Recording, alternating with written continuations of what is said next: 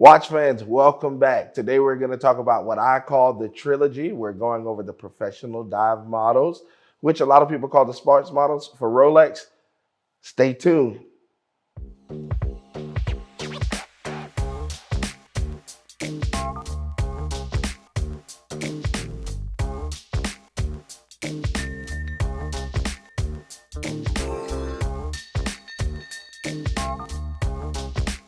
Okay, so today we're going to go over some fan favorites. These are going to be the professional models, the dive models for Rolex, which a lot of people do call sports, the sports line. That's actually what we just naturally want to hear or naturally say. It's that natural feeling when we think about these models, but they actually have a purpose.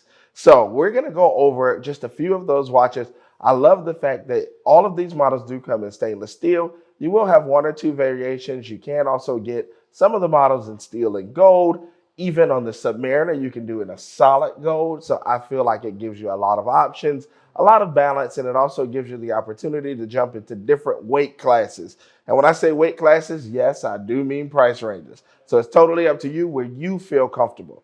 So I like to break it down and kind of go through each thing and call them, in my opinion, what you have as the man, the dad, and the granddad. Yes, they get thicker and bigger as they go, and I love it because it gives a little bit more weight, a little bit more heft, and it's just how you feel. Which one makes you feel the best?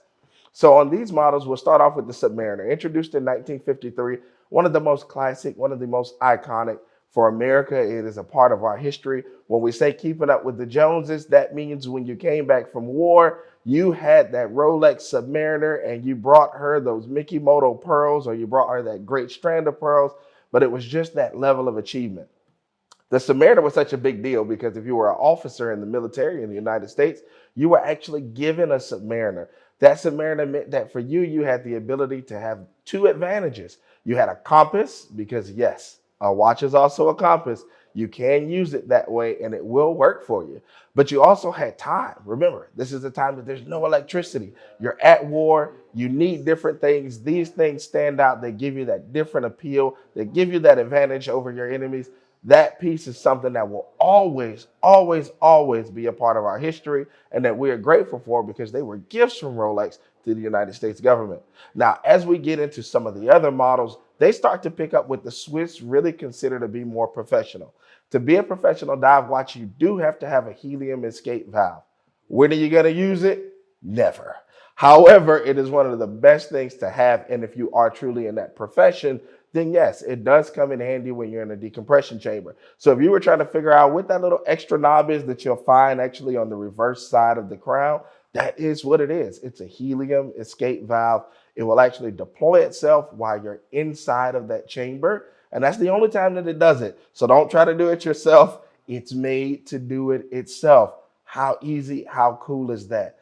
I love the anniversary model of the Sea-Dwellers. Sea-Dweller family coming in at 1967 has become one of those iconic pieces as well. I love the new steel and gold with the gold writing. To me, it's just that piece of excellence that you don't get everywhere else. Gives you that extra luxury. And then we have to talk about the Deep Sea Sea-Dweller. That is the real name of it. But most of us know and love it for that new D Blue dial. That D Blue dial is the James Cameron by nickname, but also by purpose. So what a lot of people don't know is James Cameron actually commissioned Rolex and said, hey, we're going to do this dive in the Mariana Trenches. We're going to set records. This is going to be a part of history. And we want Rolex to be included, to be a part of this historic moment. Rolex hears it. They get excited. They go crazy. They say, yes, let's do it.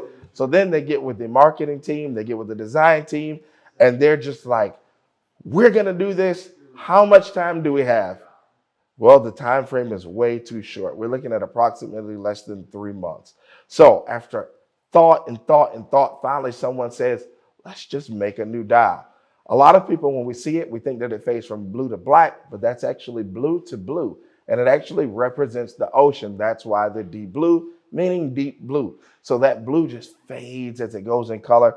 To me, it just really gives you that extra pop, that extra feel. It's that extra attention to details and manipulating colors that Rolex has done for forever. Now, I know we all have our favorites from the Submariner. Again, to the Sea-Dweller, to the Deep Sea Sea-Dweller. You tell us which one you love. One of the fun games to play even as a family. A lot of women are starting to wear the Submariner too because it's that quick adjustable bracelet that's actually made for diving. However, we use it every day in our regular lives, so we can play that game of whoever's up first makes breakfast and gets the sub for the day. That quick glide lock makes it where you can actually move back and forward. She can enjoy the piece too. When we get to the heavier pieces, those pieces too that give that nice bulk, if you want a little bit more stance, a little bit more just oomph to your collection. But I want to know which one is your favorite. You let us know in the comments below. This has been your time with Ro at Swiss Watch Expo, and I look forward to hearing from you.